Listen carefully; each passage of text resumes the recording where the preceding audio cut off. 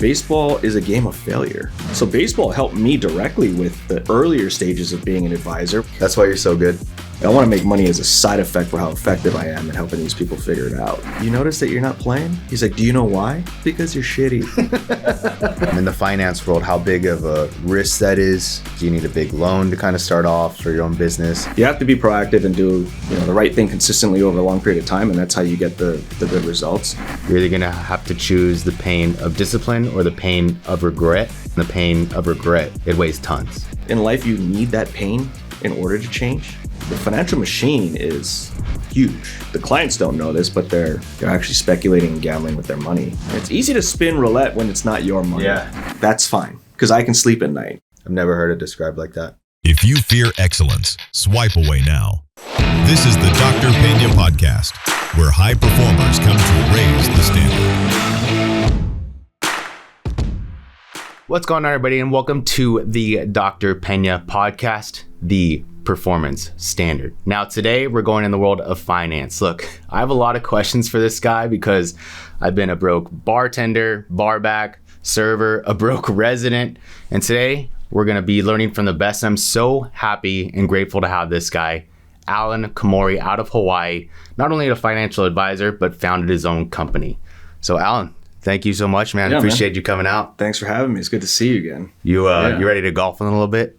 I am. Yeah, I am. I'm actually looking forward to that course too, because I looked at the pictures and I was like, man, this is the Phoenician's going to be awesome. It's up there. So we played at TPC Champions course, and I guess we should give a little bit of background, but yeah. So shout out M19 M19 again, Ryan Pineda. We met through that, and then Allan said he was coming out to Scottsdale, and I obviously live here. And then I started looking up his profile and just realizing that he followed a lot of the same people that I follow, especially from the University of Laverne. And I looked at him and I was like, this guy played University of Laverne baseball, the same small Division III school, just a decade apart. So, which is super funny. Yeah, that was a funny text when you're like, wait, did you go to UOV? I was like, yeah. Bro, we're Leo bros. Yeah. And we played for the same guy. So shout out to Byrne, Scott Winterburn. He's still there. Mm-hmm. Yeah, he's still doing it. So he was a huge part of me growing up a lot. Like going from everybody when they're playing baseball at their high schools, everybody has attitude, everybody has ego, and they think they're good. Mm-hmm. And then, the good college coaches do a good job of breaking it down real early. So I was really lucky that I had something similar at my junior college before that. But then you went to Merced? Yeah, and the funny thing about that is a guy who was my biggest mentor and closest coach, he went to Laverne too. Oh, so he's from that area, went down there, played for Byrne, went back and coached us. So I had that connection. And I ended up at Laverne because I was supposed to go to another school. I was supposed to go to Northern Colorado in Greeley. Mm-hmm. And they didn't take my credit. So it's just all bigger than me. All these things at the time, how sometimes God will peg you back down to set something up that's even better. And it wouldn't have been, the only thing that would have been better for me there was my ego would have got stroked saying that I could play D1. Mm-hmm. But when you look back on it, you can see, all the fingerprints all over that. So it was a way better situation because you became a man as opposed to just a baseball player, Yeah, let's talk about that. So the game of baseball, especially when you go to a D3 school, you learn kind of like the hard knocks. Really, you learn the discipline, the plan, the approach, because you're not as talented as a D1. He could have played, like he said, but it was more of an ego thing. But D3, what I found is these guys work extremely hard. So can you maybe say a couple of lessons specifically from the game of baseball? And then throughout the game, were you interested in finance, or that kind of came later? So the finance thing is kind of weird because in seventh grade, I was in this AP program or something like that in our school. And part of that was you had to go see someone in a profession that you were interested in. And I saw a financial advisor at the time. And I think it stemmed because when I was growing up, my parents didn't really have a lot of money and stuff, and they would fight about money all the time. But they would, my dad had a different perspective on money than my mom because my dad grew up the son of a business owner. So his idea was I can figure out a way to make it, if I need it. Mm-hmm. And my mom grew up one of 4 children to a single mother.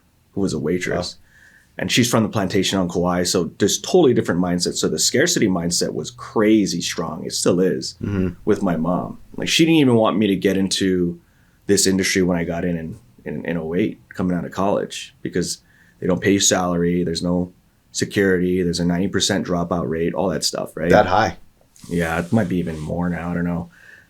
At the time when it first started, he said 90% of you won't be here. And it's like, well, I'm either gonna figure it out or I'm gonna, die trying. So yeah, I mean, it's just how it is. And then, but baseball helps you because baseball is a game of failure. So baseball helped me directly with the earlier stages of being an advisor when I was some 22 pup in a suit, from Hawaii, working at this firm in Beverly Hills with a big book of people to call on. It's just funny, the first group of people that they made me call on, cold calls, were doctors.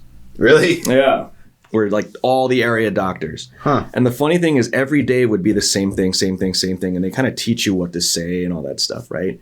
And then the thing that got me through the first year, which is the hardest year, was I started to level with the people that I was calling.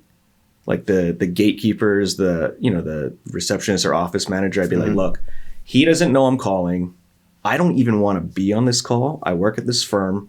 There's a chance that we might be able to help him out. So if you're willing to pass this message on, then you can do it. Otherwise, you can tell me no, and I'm not going to bother you, And that actually kind of got me some traction.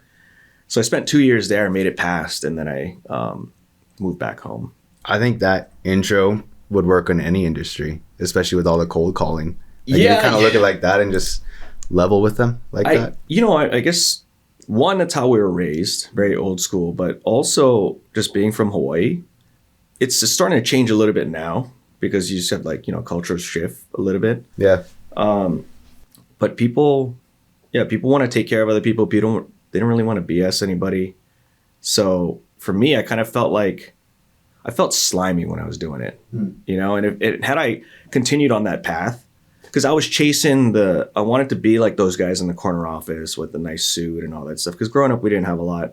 I wanted to be that guy for a little while. And then I realized, so if it means that I get all that stuff, but I'm miserable because I'm not fulfilled in it, then I don't want to do it. Yeah. So the fortuitous thing about that is when my uncle had passed away, and when I went back home for the funeral, I started talking to one of our family friends, and she kind of became like my first Hawaii client. And then from there, it kind of built, and then I would switch from going back to LA to Hawaii. And then I was like, I think I'm going to move back here. Just more the feeling that I want. I always just tell people like the Beverly Hills situation is all show. Yeah. You know what I mean? And somebody will step on your toes and run away, and they don't care. They're all about making money. I was like, I look at it like I want to make money as a side effect for how effective I am at helping these people figure it out. So you graduated from University of Laverne after Merced and done with the game of baseball. Was it a pretty hard transition for you? Because being an athlete your whole life. So how long were you in Beverly Hills for before making the move back? Like 2.5 years total, probably, because there was a little bit of a back and forth period for maybe about 8 months. I remember distinctly running in on senior day. Last day we played Pomona when we won the game. But I remember running in going, oh man, it's over. Yeah. Like, what are we going to do? So my roommate was our second baseman.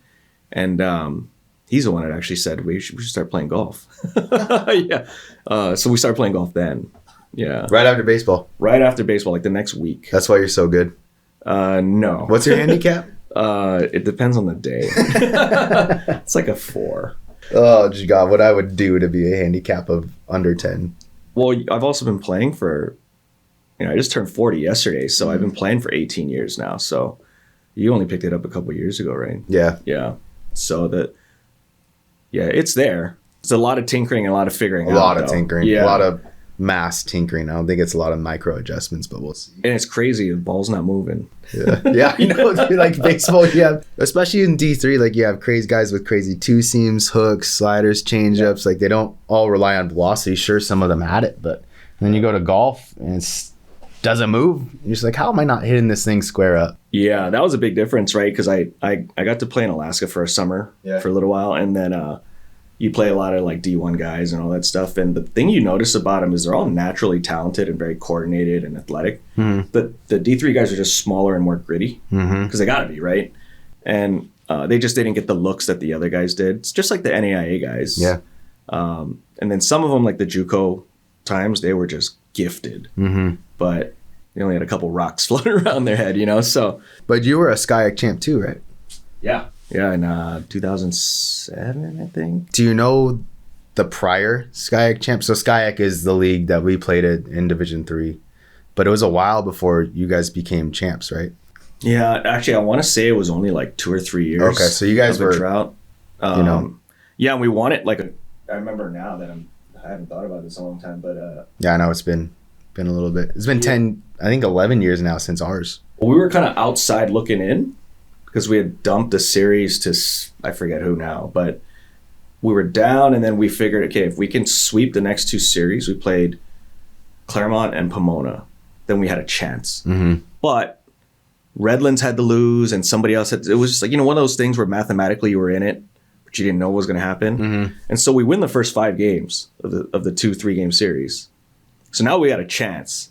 And then at the same time, Redlands loses, and then we ended up taking the last game. It's crazy how things can flip in baseball in the last half of the season. Yeah, dude. So I don't know if I told you this, but I actually used to late inning relief. Mm-hmm. And I played. Yeah, I guess we outfield. should talk about your positions. Yeah, I played outfield too, but I actually closed the game we won. Oh wow. We won SCIAC, and I remember after we got the last out, it was just a ground ball to third. He stepped on the bag. I just look, and there's like the biggest guys in the team coming to mob me, and I'm small, man, So it was I won't forget that. My contacts got knocked out. I couldn't see. Dude. Yeah, it's crazy. So Merced, did you close as well, or did you shift? Okay. Yeah, I did. I actually, in Merced, the funny thing is I actually only pitched at Merced. You were a PO. Yeah, I was a relief pitcher. No, you were weird.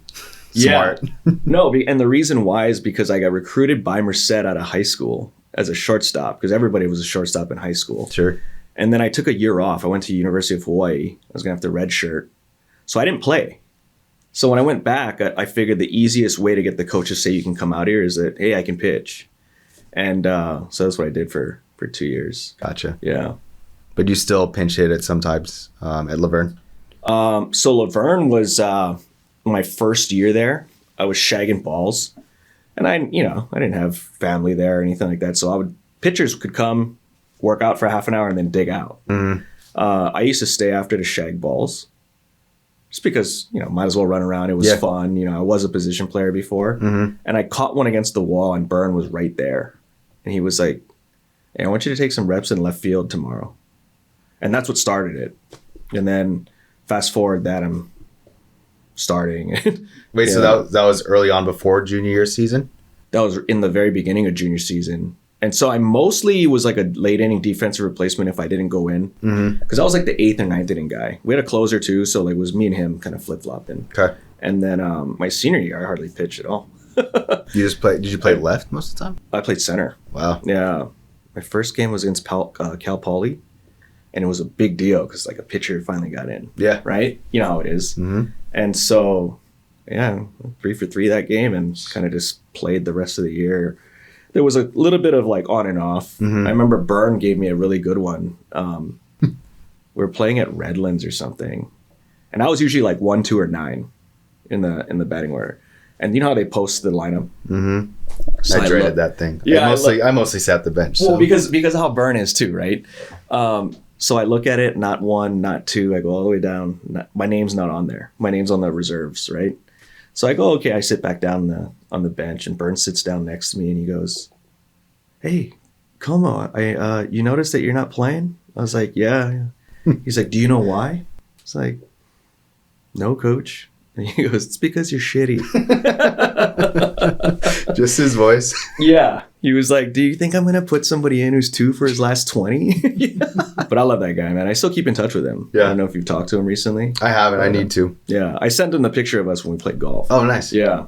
Him and Cat. Yeah. I love CAC. Yeah. He was one of my favorite coaches. He's actually the guy who kind of convinced Byrne to let me hit. Yeah. I could see that. Yeah. So to get into the financial world, Mm-hmm. what do you like say if somebody's kind of interested in this, what do you need to have degree wise? And then you mentioned a program as well. Was that right? The program kind of depends on who picks you up. Okay. But the degree part first is not really necessary. I have a finance degree, but knowing what I know about the business now, I'd much rather have a psychology or sociology degree. It's because you got to figure out, it's not about knowing the answer. It's about knowing how to get the person to do the thing that they say is important. And that's more emotional and psychological as opposed to financial, right? There's a big difference between knowing the answer and actually getting them to do it. Yeah. So you don't really need a specific degree. The program, I got hired by a really big firm. So Fortune 100, like big name. And so you can do that. That's really the only way you're going to get in the beginning, because somebody has to sponsor you to get, license and all that stuff. But there wasn't really a program other than, there was like 15 of us in a class. It was kind of like Boiler Room. You remember that movie? Mm-mm. Well, Boiler Room is supposedly loosely based around the Wolf of Wall Street guy. But in the beginning, they're sitting around a table and he's basically like, most of you guys won't make it. Yeah. And that's what the guy did to us, and looking around, I'm the youngest guy in the room, So the program was just if you had grit. They wanted, basically how they were doing things was just funneling a lot of people into the business and throwing them against the wall, and whoever stuck they'd keep, whoever didn't would wash out, I guess, right? And you'll either wash out, most guys, if they're coming in from another career, they have kids, wives, families, and all that stuff. They didn't have the ability, or they felt like they didn't have enough time to get through the hump. Because it is, the hard part of when you first start is that you're learning the business while you actually have to do it at the same time. And if you're not doing it, you're not making any money. Mm-hmm. And then the hard part in the beginning is you're making a small percentage off of a really small pile. That's what I was going to ask. Is this like salaried at all? Do you feel comfortable? So this not is salary, just high stress. Yeah. And your own finances. Yeah, I remember like the 22-year-old me would just sit there and go, how do I get clients? And then you start figuring it out over time. Mm-hmm. And it's all this stuff that kind of made you who you were going up there, like doing the right thing all the time and not BSing anybody and, being overly blunt and giving them the ugly truth over the beautiful lie all the time, even if, like, I would much rather somebody be irritated at me for 10 minutes and I still do the right thing than vice versa. Right. Learned a lot in Beverly Hills and then came back. Looks like you were starting to pick up your own clients, mostly family, friends. Yeah, that's kind of how it started. But the good thing about that was that I didn't have to like embarrass myself because I had already had a couple years under the hood. So by the time I started talking to people that were closer to us, I already had a decent perspective. Like, hey, look, I'm not trying to pressure you into become a client. It's just, this is what we do. And, So when I first came back to Hawaii, I worked under a guy who had been in the business for like 30 years, and he taught me a lot about financial planning and things like that. And then I broke off of him, and then I went independent shortly after. So let's talk. I really want to talk about going independent. Mm-hmm. In the finance world, how big of a risk that is for you. And then if anybody wants to do that, do you need a big loan to kind of start off for your own business? How does that kind of work? It's not really a big risk if you kind of know how to if you know how the business works already, then it's not really a big risk. You do have a little bit of a drop off when you decide to change. There's a drop off because you're not getting paid for that period of time until you get everybody over. Mm-hmm. But it wasn't over. I mean, I was younger at the time. I didn't have a wife. I had a mortgage, but it was really small. Mm-hmm. And so it wasn't that hard. It was just different because I went from doing this parts of the business to doing more everything and bringing in bigger and bigger, clients and net worth and things like that. But I basically just hustled the first 3 years. I mean, I didn't really have my 20s, right? I started at 22. 10 years later is when I kind of finally stuck my head back out and, because I was underground digging the whole time, seeing what everybody else is doing. Do you remember what during that grind? So were you the whole business, or did you have anybody else part of your team? I ended up kind of merging with an independent firm, and then I broke off and took my guys and I owned that company. But it's just, as long as you're willing to, even in the beginning, like if you're at a big box name, as long as you're willing to grit it out, you should be okay. And you kind of have to be stubborn in that sense. You can't compromise on stuff because people can see through the BS anyway. Yeah. And unfortunately, most of the business is not consultative and help. Let's figure out what you're trying to do the best possible way. It's how can I sell something to you to make money? So everybody in the business, that's what you're either going to be a lifer at a big company or you're going to get out and go independent. And then the guys that typically get out and go independent never go back. And then the lifers, they exist in the insurance world and the real estate world. They're, the bigger name people that if that's really what you want to do, then great. I just don't, looking at the way I wanted to run everything, just didn't want it to be one side or the other. Because you have, in our industry, you have the insurance companies. Guess what they want to do? Put you in insurance, right? Then you have the wirehouses, so the bigger names. All they want to do is put the investment portfolios in place and clip their fee. Nobody's really talking anything higher than that above. Like, what are you doing about this? And what are you doing about that? All these other things that are problem-solving things that people are dealing with, they're not really doing that. So we get a lot of clients from that side because, for example, if you're like 58, 62, and you've been doing good, but you've been doing the same thing that got you there for 40 years, nobody's talking about, okay, you've been building this up. Nobody's talking about how do we actually live off of it. So that's what a lot of people are trying to figure out. And on the business owner side, if you're doing well, you have a tax problem, right? And we talked about that a little bit before. Yeah. So that's really the one thing. And I've had to go through that too. It's like, okay, we own the business, and then you're scratching, and the business starts doing well. And then you go, wait, this sucks. This thing's head hanging over my head now. Yeah. And but you need, sometimes in life, you need that pain in order to change. Like sometimes you need to touch the orange coil to know, hey, don't do that. Yeah. So in a way, that's good. Yeah, I think you kind of gotta go through it. So can you describe the difference of like a typical day in the life of back then during the grind and then what your life looks like now? Back then it was, like I said, a lot of figuring out, a lot of like strategy planning with myself. And I didn't have staff. I didn't have some, you're doing all these things. You're wearing all these different hats and trying to get clients and doing a bunch of plans and doing paperwork and scheduling people and follow-ups, all that Sounds stuff. like a lot of work. It's a lot. Well, because you're just wearing a lot of hats. Yeah. The thing that helped me was that I was 26 doing that, as opposed to some of the guys in my class were my age now. And if I had to go through that again, I don't know if I'd be willing to do that. You know what I mean?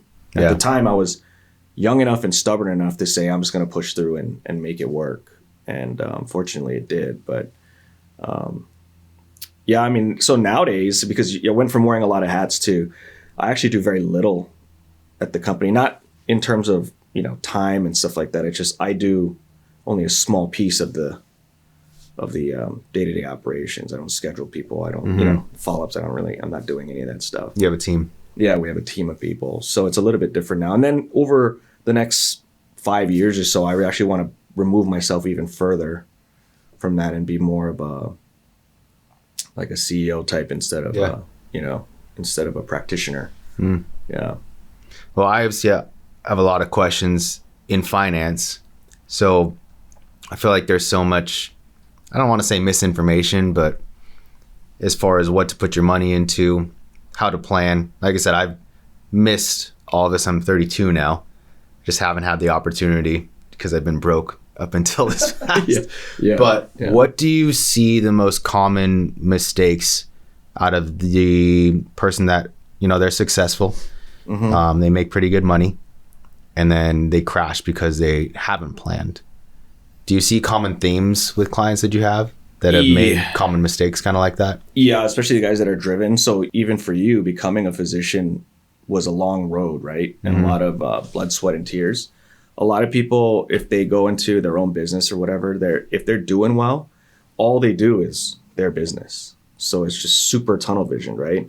Like Ryan Pena did a thing, and he said, if you don't have a certain amount of money, then you shouldn't be looking at all this stuff. And I believe in that too. You got to just build the business up to a point where you can actually start moving things around, right? But the thing that I see a lot is they get so tunnel vision that they don't think about the other stuff, and they think that I have time to do it, when they don't realize that it's like when you were a kid, when you had to study for a test, would you rather cram the last day, or would you rather study half an hour every day for the first 2 weeks, right? So that same principle exists in planning, and everybody, we're all human. So we don't want to do this, or we feel like we have time, or we don't manage our time so that we don't have time left over in the day, right? Everybody has the same 24 hours.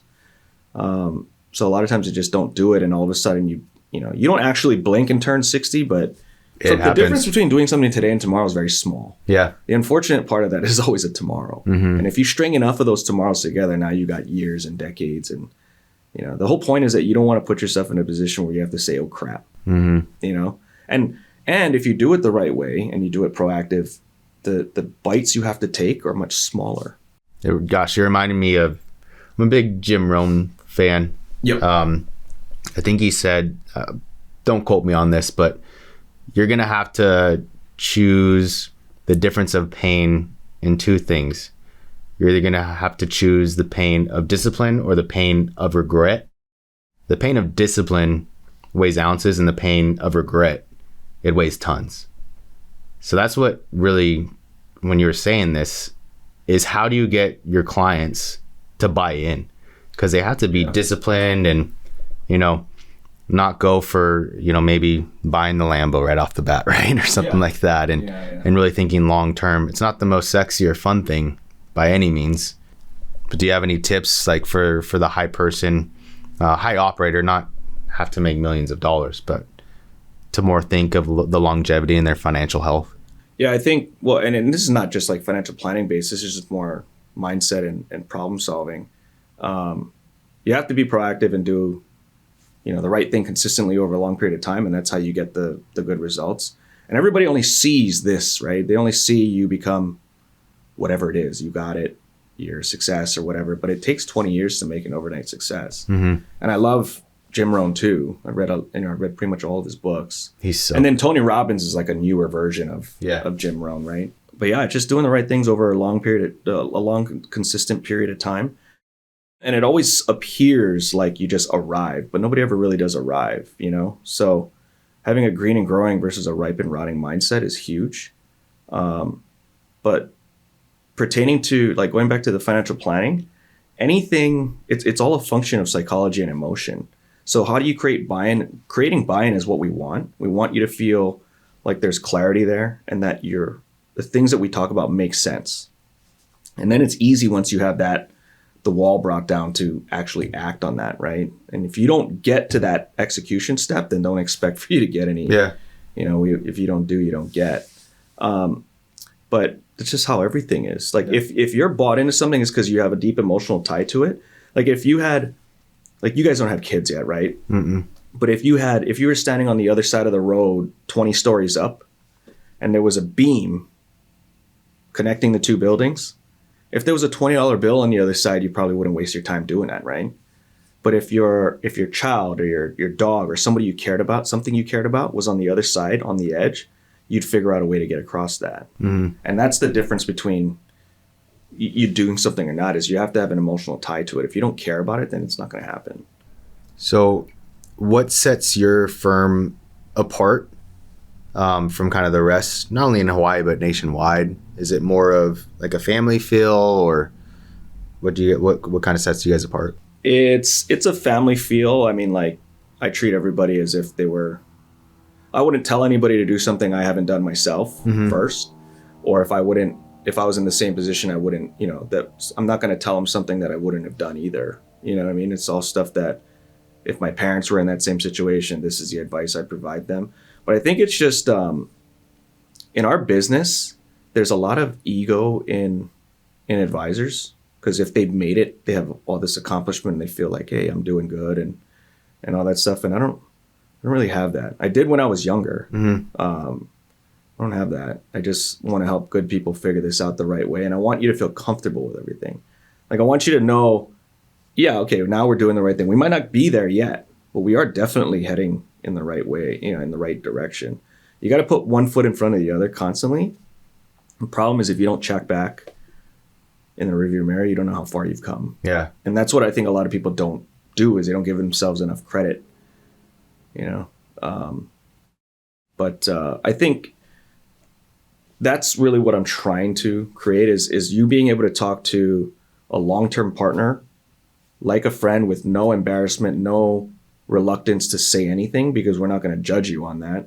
Does that take time for your client to kind of unveil everything and let them know their biggest stresses? Or they're usually just like, this is my biggest stresses, this is what I got going on like right away? Or does that take time to nurture that relationship? It takes a little bit of time, but I think so if you ask the right questions, and a lot of them are emotionally based, right? Like, why is this important to you? How long has this been something that you've wanted to figure out?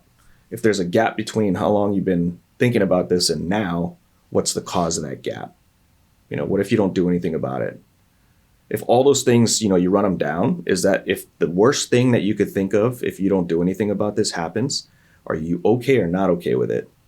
If you're okay with it, then move on to the next thing. Yeah. If you're not okay with it, you probably need to address it. And then we ask more questions on that to figure out commitment. Like, hey, are you committed to making a change? If we're able to do that, you said X, Y, and Z were important. If we're able to create a situation where we can handle all these three, are you willing to make the change versus what you are doing now to being able to produce that result? So this is more of a selfish question too, but I know it's going to help some other people. So if you get a client, your first week with them and they're financially swamped, like they're just so high stress with everything kind of going on. Maybe they have multiple things going on, or, something kind of happened stressful in their life, or they lost somebody. You have somebody that is high cortisol, high stress, super swamped. Where do you start from? Be like, this is the next best step. This is make it the clarity and crave simplicity. Where do you kind of start, or is that very specific to where they're at? That's specific to where they're at, but a lot of times, and even if they weren't going through a stressful thing prior to that, a lot of it comes down to organization first. Make it simple. I think too many people overcomplicate things, and then if you have all these things you need to do, it's like when I was a kid, if my room was messy, I'd look at all the shirts everywhere and I would get overwhelmed and not want to do anything. And then if I just went up and I picked one shirt at a time, folded it, and I just one shirt at a time folded it. If you do that enough, sooner or later you look and it's like, oh, okay, the room is clean now. Mm-hmm. Like that's what you got to do is you got to simplify it enough so that you can take the bite-sized pieces and just make progress. It's about progress over perfection, because nobody ever gets there tomorrow. Right. The only thing that can happen tomorrow is we could be dead. Yep. You know what I mean? But everything else is a process. And so that's what we try to help people understand. And then the other thing too is we help them understand the different faces of the business, because the business, like I said, has the insurance guys on one end and the asset managers on the other. And the thing that people don't realize is not only are they typically trained and live, breathe salesmanship and a practitioner mindset, they don't realize that they're all part of the same machine. The financial machine is huge, right? And everybody's making money off of everybody's money. But a lot of times what they're doing is the clients don't know this, but they're actually speculating and gambling with their money, because they don't realize, for example, name your biggest financial institution. You know what I mean? Like the one with the green logo and everybody knows them, right? They got over 4,000 funds in their lineup. If they knew who was going to significantly or consistently outperform the market over longer periods of time, how many funds do you think they'd have? Maybe one. Yeah. Right.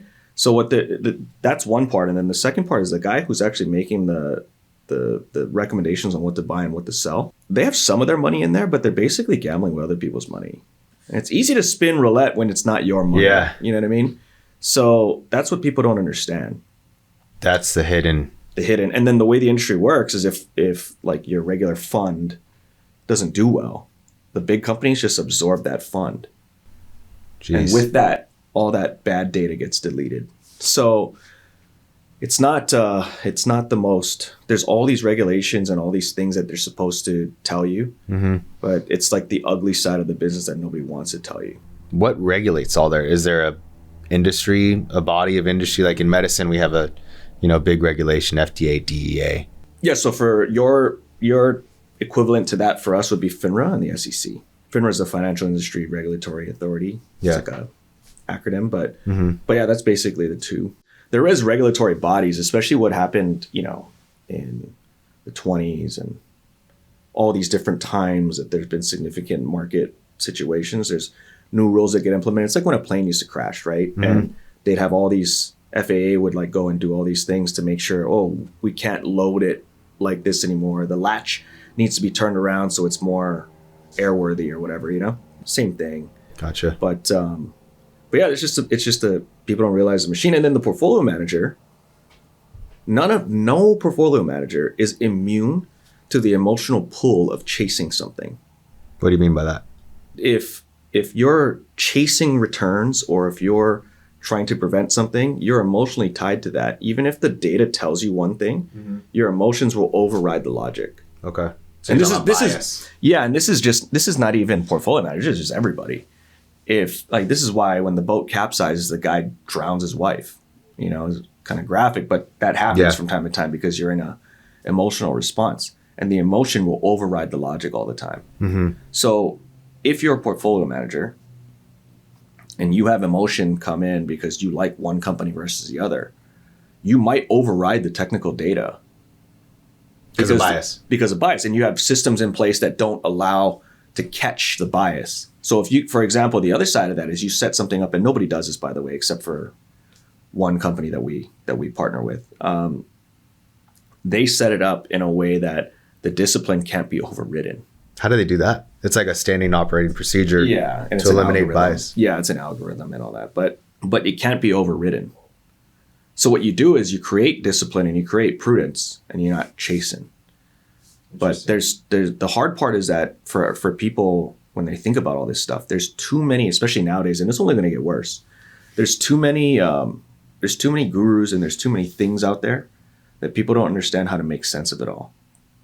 And so either they get screwed into the ground and figure out I don't want to do anything, or they get led one way only to find out that wasn't really the right, and then everybody else is kind of having a pissing contest about what they should and shouldn't do. I always tell people, if you have a guy coming to you telling you do this because, that's already backwards. Because now they're putting their agenda onto you, as opposed to what are you trying to do? Why is it important? Right. What have you done so far? All that stuff. If I can ask you enough questions to figure out what's really going on and what's important, then the 2 or 3 things that make the most sense for you will naturally line themselves up. But if you think about the thousands and thousands and thousands of different things that you could be doing, you're going to burn out. So in medicine, you're kind of saying all the gurus out there, like patients come to us because they have problems, but they already looked at ChatGPT or they already looked at AI and then asked me in front. Is that kind of happening in your industry as well? Like what to pace money? Does that frustrate you? No, because it's just I'm going to stand on truth every single time. Mm-hmm. And if you don't buy it, that's fine, because I can sleep at night, right? Mm-hmm. We're blessed enough to be in a situation where we don't need any more clients. We want to help more people, but unless you believe the same things we believe, then it's probably not going to be a good fit anyway. But the information's always been out there. Before you had the internet, you had encyclopedias, you had all that stuff. It's just a matter of whether or not people were actually looking at it. Now we have a computer in our pocket that tells us whatever answer we need. But it's never about knowing the answer. Do you think that across the nation, the vast majority of the people out there in America know what it takes to be fit? No, they know the answer. They know it? Do they? Yeah, they know intuitively or logically. They know it's hard work. They know to eat clean, eat well, and work out. Yeah, I'd say yeah. Right? Everybody kind of knows that. Or the people out there who still smoke cigarettes and all that stuff, do you think that they inherently know that it's bad for you? Knowing doesn't mean that you're doing. So that's the problem. It's never about the answer. AI will tell you every single answer. Mm-hmm. But until AI can create a situation where they can provide perspective on how to actually motivate you to do something, it assists us. I'm sure you have a lot of questions like on crypto or the newer stuff.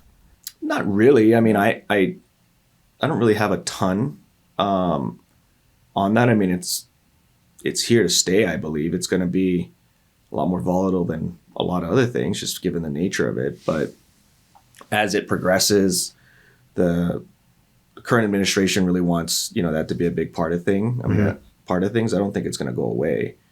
But a lot of people are looking at that and seeing what it's done over a shorter period of time, and they're chasing that. And they're getting emotionally tied to that. And I mean, you're looking at something that's significantly more volatile than everything else you could be putting it in. So it's about taking your medicine in the right dosages too. You know, like you can't. If my arm hurts, I'm not going to take 28 Tylenols. Oh God, please don't. Yeah, Your poor liver. Yeah, I'm not going to do that. But yeah, it just depends on that, man. Like, it'll be around, but it's not the sexiest thing that gets you there, usually, right? It's more sexy to drive the Lambo, like you said earlier. Because I feel like, you know, we hear all these stories. Like I do actually have somebody that I do know that invested in crypto pretty early and does really, I think he has like 4 Bitcoins. But like that's just one out of how many people that I know, right?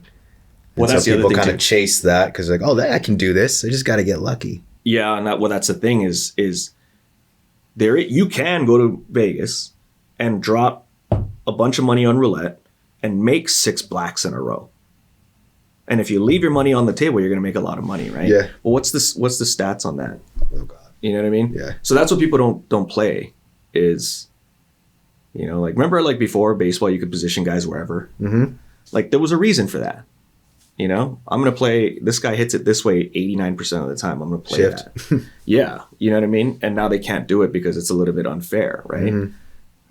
That's kind of how it is with this. And everybody thinks they're going to be the lottery winner. There's only one, you know? So it's about perspective on that. And that's why consistency and doing the right things is what gets you there, as opposed to, you know, swinging as hard as you can and just the chance that you'll connect it right down the middle. You know? Kind of goes to baseball really, because you have a plan, you have an approach. You know, it's either you're looking for a specific pitch, fastball outside, what you're going to do with it.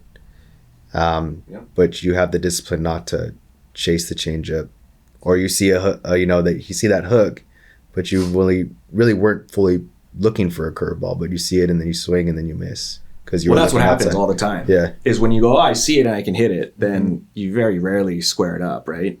And then the other thing about plate discipline is if you're looking outside and you get buzzed fastball in, Jam you City. can't be compromising your plan. You know what I mean? You said this is what you wanted, but you did that, and that's not good. You know, whenever there's a gap between what you're saying you're doing and what you're actually doing, it's never good. Best thing that's going to happen is you're going to have a lot of stress and anxiety over it. You know what I mean? But yeah, it's actually a pretty simple game. Baseball and life and planning. Seems and like all that it's stuff. a lot of discipline. Well, It's it's like just, yeah, it's all discipline. Yeah. Discipline's one of the words that I repeat to myself pretty much every couple hours is discipline and intentionality, because that's the things that you learn from other people and you start practicing it, and then it increases, you know, the quality of your life. How long do you think, when you talk to your clients, do you ever say, give me this amount of discipline and you'll finally feel some results? Or do you not give a timeline and just say you kind of keep having to stack it and then you'll see it out of nowhere? Well, I'm looking at a long-term partnership, right? So, and we don't control when we come into people's lives. Right. So if you got a lot of stuff going on there, I'm not going to force somebody to do something within 3 months if they need 6. You know what I mean? I'm looking at it as a 40, 50 year partnership. And when you have that long of a period of time, you don't need to force anything. If there's something that you need to do, like if you're not locking your back door all the time, that's an immediate something that you should probably start doing, right? But most of it's never going to make or break your plan if you don't do it. If you do it today versus 3 months from now, that's usually not going to do it. Yeah. You know what I mean? You might have a little bit less or whatever, but. Well, I'm super excited. We have the seminar the next 2 days and I'm super grateful to go to. No, that'd be good. That's actually more for this, it's for you guys to get a better idea of how you want to run the house and make sure that you guys are on the same page as much as possible, because that takes away one huge part of of marriage, is having to deal with that, right?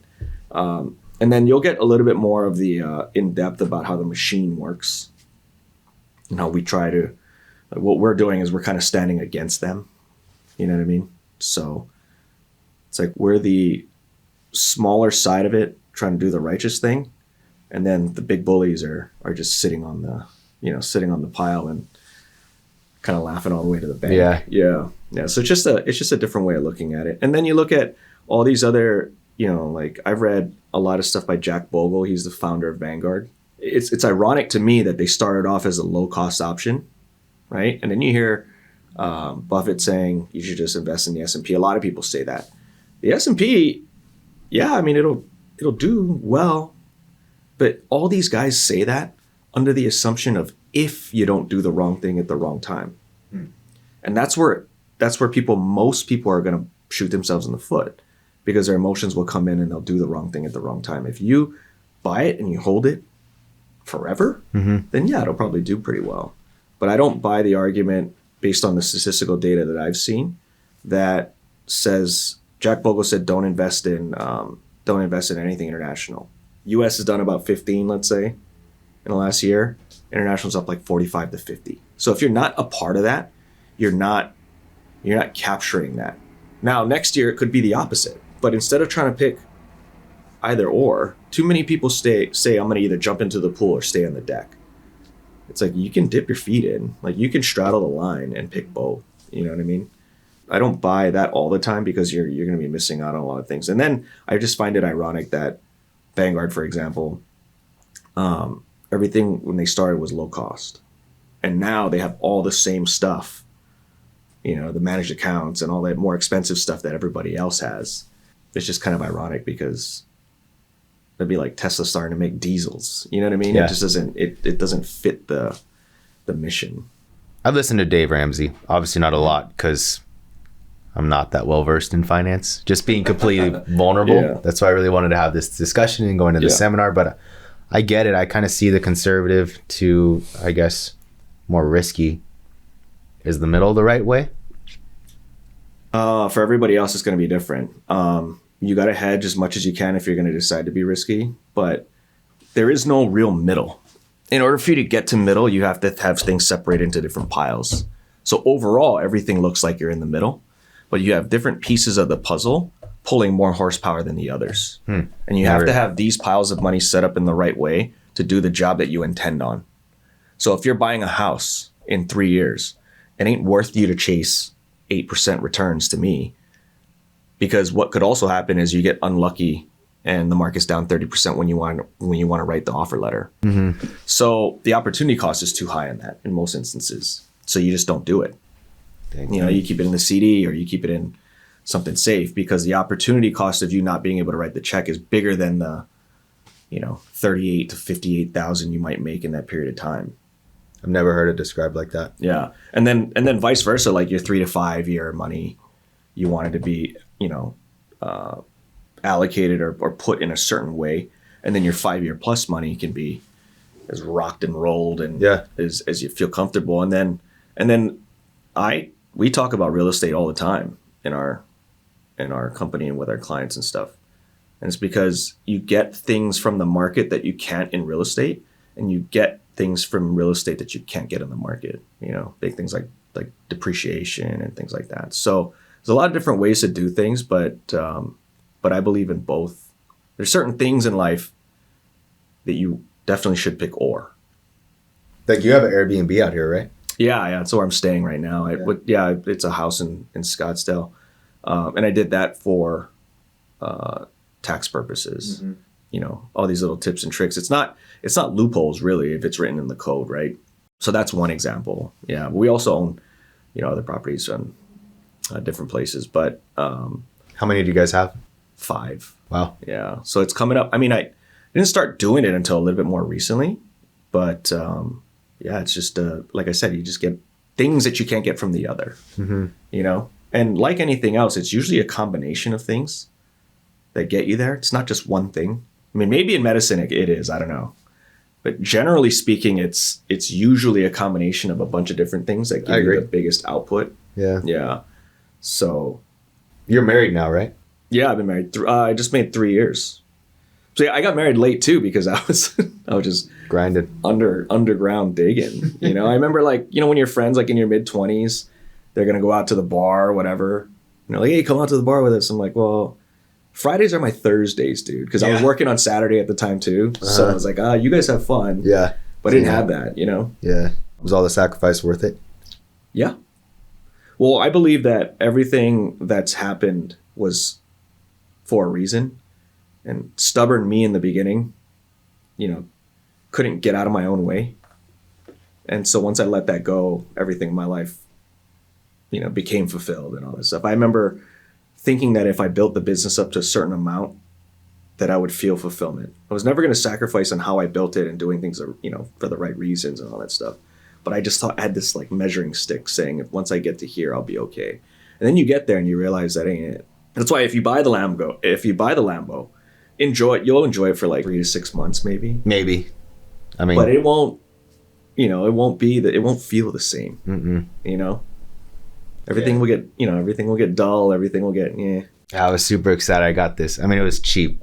It cost me probably like $12,000 during residency, but I've always wanted a Mustang, and it's stick 2016. And it was so cool for like a month, and then I was in Miami driving stick. I was like, this was the worst decision in the world because I'm just in traffic the whole time driving stick. I was driving stick in LA, and that was not fun. Oh gosh, yeah. First gear, second gear, stop. First gear, stop. You know, they don't even make stick cars anymore. I don't. think. So I was like, I'm gonna hold on to this. I was also a valet attendant in Malibu.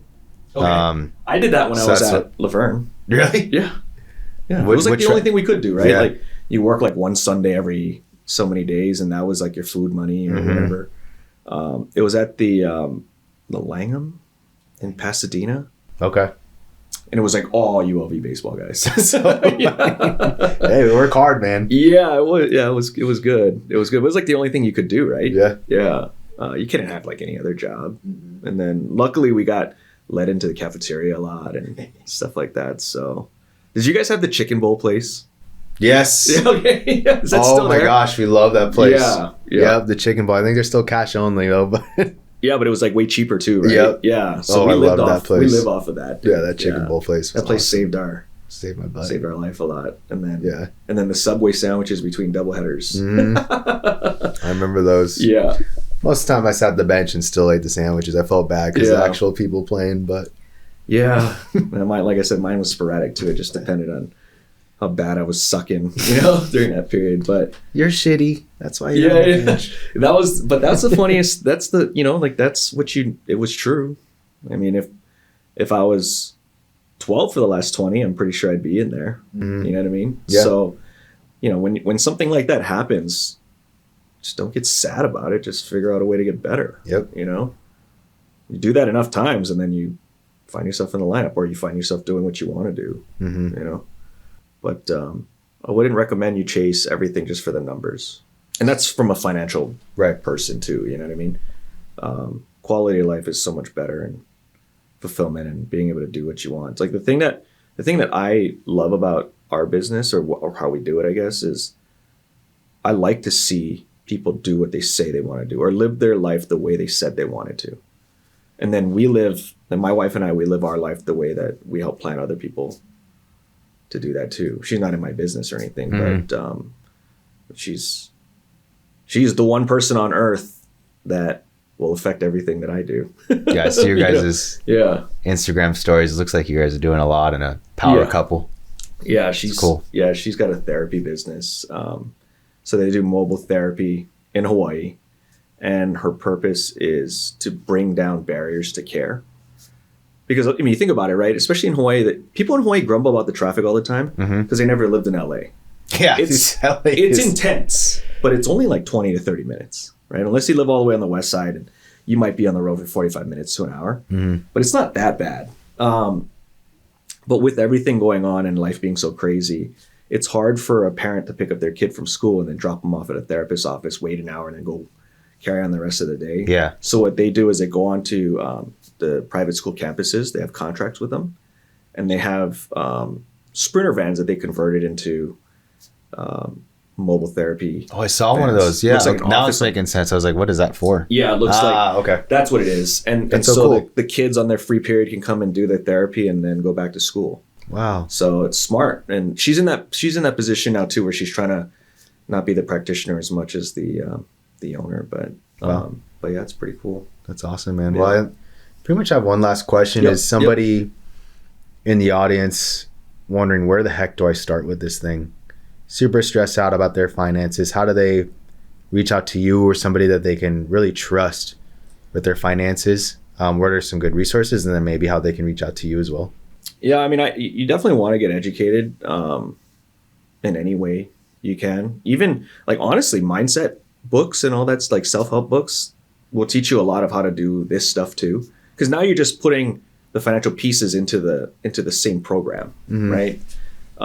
They can always reach out to us. I can give you the information. Okay.